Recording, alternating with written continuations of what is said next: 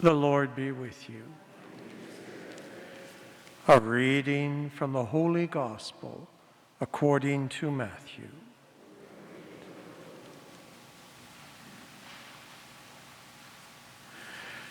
When the Pharisees heard that Jesus had silenced the Sadducees, they gathered together.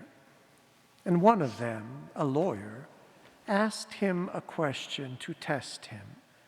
"Teacher, which commandment in the law is the greatest?" Jesus said to him, "You shall love the Lord your God with all your heart, and with all your soul, and with all your mind. This is the greatest and the first commandment. And the second is like it. You shall love your neighbor as yourself. On these two commandments hang all the law and the prophets."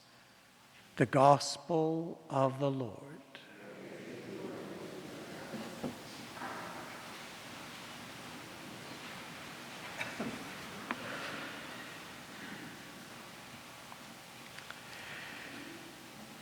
In the scriptures of the Old Testament especially, we often hear of widows and orphans.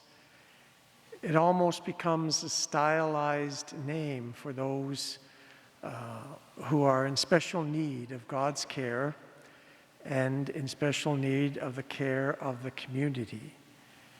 And today we hear not only about the widow and the orphans, but also about the resident alien. You shall not wrong or oppress a resident alien. What's a resident alien?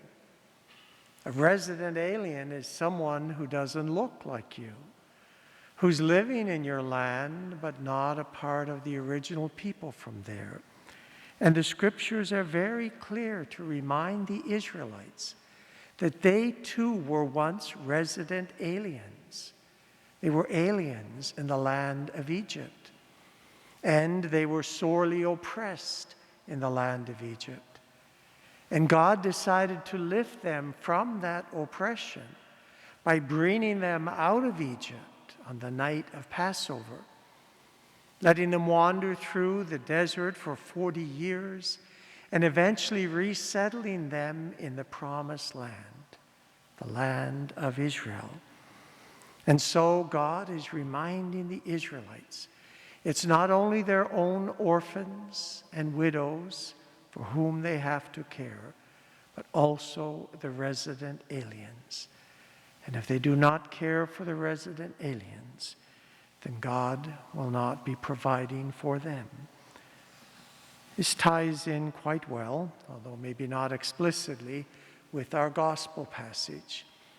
Jesus is asked, and again this is part of the chapters near the end of Matthew's gospel where the tensions have grown. And on the one hand we have Jesus, and on the other hand the scribes, the Pharisees, the lawyers. And so here a lawyer asks him, "Teacher, which commandment in the law is greatest?" There were many commandments in the law. In the 12th century, a Jewish lawyer, theologian, philosopher, living in Spain by the name of Maimonides, actually counted up how many prescriptions of the law there were in the Old Testament. And he came up with the number of 613. Prior to him, no one had ever actually counted them.